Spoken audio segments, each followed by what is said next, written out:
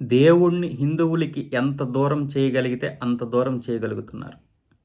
హిందువులు కూడా సిగ్గు లేకుండా అలాంటి వారినే గెలిపించుకుంటూ ఉన్నారు. తరువాతేమో ఏడుస్తూ ఉంటారు. మన తిరుపతిలో కూడా అంతే. ఎప్పుడు రాని పులి వచ్చి ఒక 6 సంవత్సరాల పాపను తినేసింది.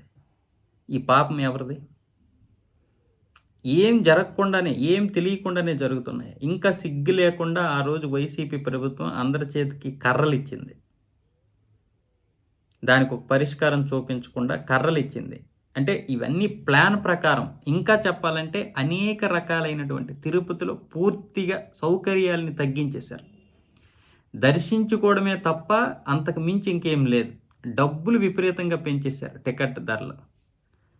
అంటే దేవుడికి భక్తుల్ని ఏ విధంగా దూరం చేయాలో, ఎంత దూరం చేయగలగాలో అంత దూరం చేశారు. 5 సంవత్సరాలు కంపు చేశారు తిరుమలని. చివరికి ముంతాజ్ హోటల్‌కి కూడా 20 ఎకరాలు ఇచ్చేసి అక్కడ అనుమతులు ఇచ్చేసింది ఈ వైసీపీ ప్రభుత్వం. ఇలాంటి వాళ్ళు నాశనం అవ్వకపోతే ఏమవుతారు? నేను ఈరోజు కోరుకుంటున్నాను. నాశనం అవ్వాలని కాదు, సర్వనాశనం అయిపోవాలి. వాడెవడైనా సరే ముఖ్యమంత్రి స్థాయి నుంచి కింద స్థాయి వరకు 250 మంది క్రిస్టియన్స్‌కి సంబంధించినటువంటి ఉద్యోగాలు, 15 మంది ముస్లింలకు సంబంధించినటువంటి ఉద్యోగాలు. ఒక మసీదులో మనం ఒక హిందువైన ఉద్యోగం చేయగలడా? ఒక చర్చిలో ఒక హిందువుని ఉద్యోగం పెట్టుకుంటారా? మరి ఇదేం ఎండోన్మెంట్ అండి? ధర్మాదాయ దేవాదాయ శాఖ ప్రభుత్వం చేతిలో ఎందుకు ఉండాలి? కేవలం హిందూ భక్తులు ఇచ్చినటువంటి డబ్బులకేనా? హిందూ భక్తులు ఇచ్చిన డబ్బులు అందరికీ పంచుతారా? ఇదేమి సెక్యులర్ దేశం అర్థం కావడం లేదు. ఇప్పుడు ఇంకొక దగ్గర ఏంటంటే, కోడూరు మండలంలోని హంసలదేవి వేణుగోపాలస్వామిని దర్శించుకోవడానికి వచ్చిన యాత్రికులు సమీపంలోని పాలకాయ తిప్ప వద్ద సాగరంలో స్నానం చేస్తుంటారు.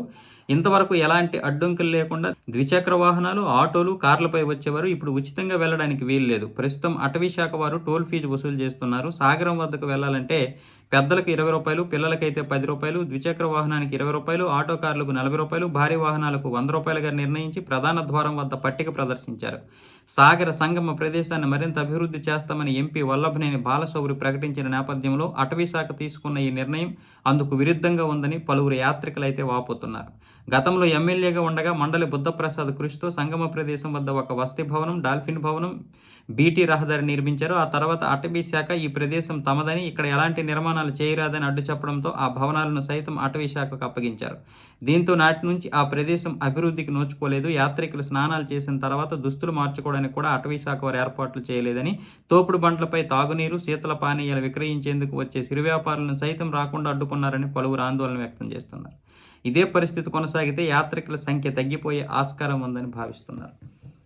ఇది ఇక్కడ మాత్రమే కాదు, యావత్ దేశం మొత్తం చాలా వరకు భక్తుల్ని తగ్గించడానికి అనేక కుట్రలు అయితే జరుగుతున్నాయి. అంటే మిగతా కొన్ని ప్రభుత్వాల్లో కేవలం కంకణ కట్టుకున్నారు. మీ కేరళలో చూసుకోండి, తమిళనాడులో చూసుకోండి, అనేకమైన 800 దేవాలయాలపైన దాడులు జరిగాయి. తమిళనాడులో 248 దేవాలయాలపైన దాడులు చేశారు గత 5 సంవత్సరాల్లో. ఆంధ్రప్రదేశ్లో, తెలంగాణలో ఇప్పటికీ దాడులు చేస్తూనే ఉన్నారు. మనం చూస్తూనే ఉన్నాం. ఈ విధంగా దూరం చేస్తున్నారు భక్తుల్ని. మనమేమో ఎవరికి ఓట్లు వేయాలో తెలియక, ఎవరిని ఓట్లు వేసి గెలిపిస్తున్నామో అర్థం కాక, ఫ్రీ పథకాల కోసం పియ్యి కూడా తినే పరిస్థితిలో హిందువులు ఉన్నారు ఈరోజు.